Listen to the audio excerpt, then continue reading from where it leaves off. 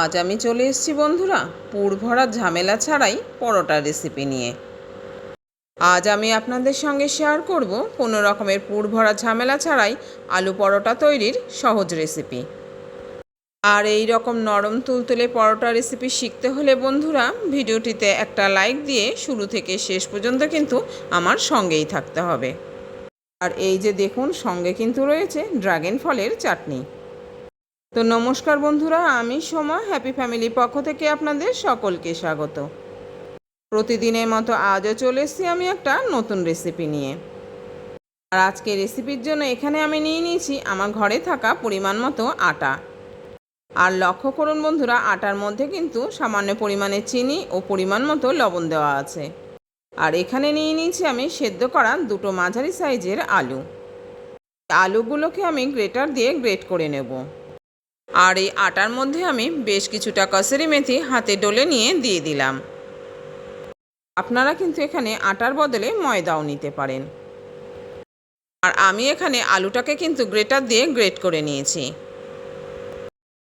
এবার আমি গ্রেট করা এই সেদ্ধ আলুটাকে দিয়ে দিলাম আটার মধ্যে।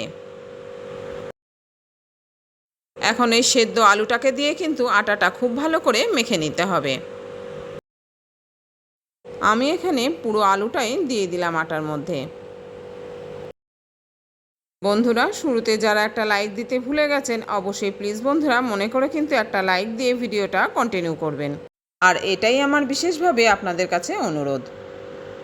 আমি তো আটার মধ্যে পরিমাণ মতো লবণ, চিনি, কসুরি মেথি ও আলু দিয়ে দিয়েছি। এবার দিয়ে দিলাম 2 চামচ মতো সাদা তেল। এবার এই শুকনো উপকরণগুলোকে আমি হাত দিয়ে ভালো করে মাখিয়ে নিলাম। এই যে বন্ধুরা, আমি কিন্তু হাত দিয়ে ভালো করে শুকনো উপকরণগুলোকে মাখিয়ে নিয়েছি। এবার এর মধ্যে দিয়ে দিলাম পরিমাণ মতো জল। এবার জল দিয়ে এটাকে ভালো করে মেখে নেব।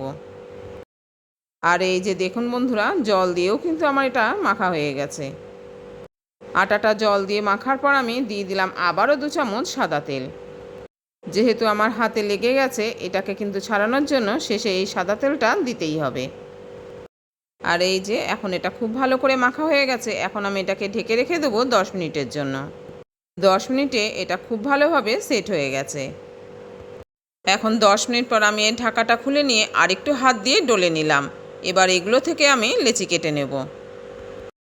এই যে বন্ধুরা, এই আটা থেকে কিন্তু আমি লেচি কেটে নিয়েছি।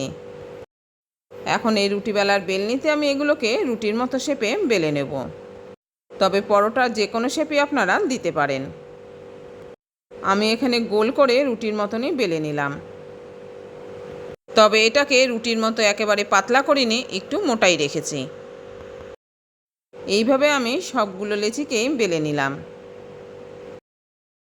এই যে বন্ধুরা, সবগুলো রুটির মতো পরোটা কিন্তু আমার বেলা হয়ে গেছে।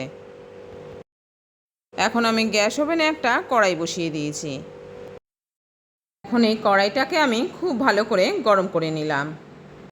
আর প্রথমে আমি রুটিগুলোকে শুকনো কড়াইতেই ভালো করে ভেজে নেব।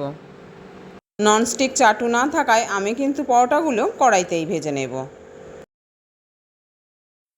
এই যে বন্ধুরা, রুটিগুলোকে কিন্তু আমি এপিট ওপিট করে খুব ভালো করে ভেজে নিচ্ছি। আর একটা একটা করে এর উপরে আবার দিয়েও দিচ্ছি।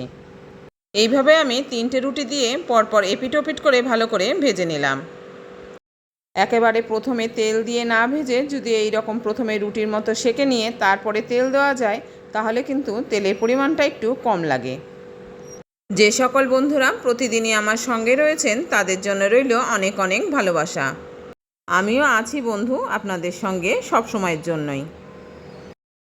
এখন আমি 3টে রুটি দিয়েছিলাম, 3টে রুটিরই এপিট ওপিট খুব ভালো করে ভাজা হয়ে গেছে। এবার আমি এর মধ্যে দিয়ে দিলাম পরিমাণ মতো সর্ষের তেল। যেহেতু সাদা তেল আমার খুব একটা খাওয়া পড়ে না, তাই আমি ঘরে থাকা সর্ষের তেল দিয়েই পরোটাগুলোকে ভেজে নিলাম। আর আপনারা চাইলে এটাকে কিন্তু সাদা তেল দিয়েই ভেজে নিতে পারেন। আর তেলটা দেওয়ার পর বন্ধুরা এগুলোকে কিন্তু আবারও ঘুরিয়ে ফিরিয়ে এপিট ওপিট ভালো করে ভেজে নিতে হবে। আজকে আমার পরিবারে যদি কোনো নতুন বন্ধু এসে থাকেন আর রেসিপিটি যদি আপনাদের একটু হলেও পছন্দ হয়ে থাকে, তাহলে আমার অনুরোধ রইল বন্ধুরা প্লিজ চ্যানেলটিকে সাবস্ক্রাইব করে আমার পাশে থেকে যাবেন। আর চ্যানেলটি সাবস্ক্রাইব করার সময় পাশে থাকা বেল বাটনের অল অপশনটা কিন্তু সিলেক্ট করে রাখবেন, তাহলে যখনই কোনো আমি নতুন ভিডিও আপলোড করব সঙ্গে সঙ্গে তার নোটিফিকেশান আপনি পেয়ে যাবেন আর আপনি আপনার সময় মতো সেটাকে দেখে নিতে পারবেন। আমার কিন্তু এখন এই পরোটাগুলো এপিট ওপিট দুই পিঠই খুব ভালো করে ভাজা হয়ে গেছে। এগুলোকে এখন আমি অন্য একটা পাত্রে তুলে নিলাম। আর বাকি যেগুলো রয়েছে একইভাবে এগুলোকেও ভেজে নেব। আর আমি আমার নতুন বন্ধুদের উদ্দেশ্যে বলছি, আপনারা যদি চ্যানেলটি সাবস্ক্রাইব করে থাকেন তাহলে প্লিজ বন্ধুরা 24 ঘন্টা সময় কিন্তু আমাকে হাতে দেবেন। নিয়ম ও সময় মেনে ঠিক 24 ঘন্টা পরেই কিন্তু আমি আপনার পরিবারে চলে যাব। সাপোর্ট করে কখনোই কিন্তু সাপোর্ট তুলে নেবেন না, তাতে আপনার চ্যানেলেরও ক্ষতি হবে, আমার তো হবেই। পরোটাগুলো এখন আমার রেডি হয়ে গেছে। আর আজকে এই পরোটাগুলো খাওয়া হবে ড্রাগন ফলের চাটনি দিয়ে। আর এই ড্রাগন ফলের চাটনি কিন্তু আমি আপনাদের সঙ্গে কয়েকদিন আগেই শেয়ার করেছি।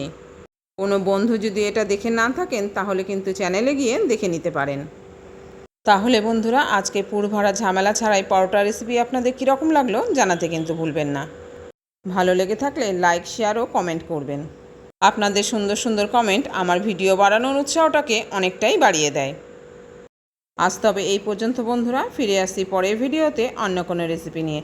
আপনারা ভালো থাকবেন, সুস্থ থাকবেন আর এইভাবেই আমার সঙ্গে থাকবেন। আর এত সময় ধৈর্য সহকারে যে সকল বন্ধুরা আমার সঙ্গে রয়েছেন তাদের অনেক অনেক ভালোবাসা ভিডিওটা ফুল ওয়াচ করার জন্য।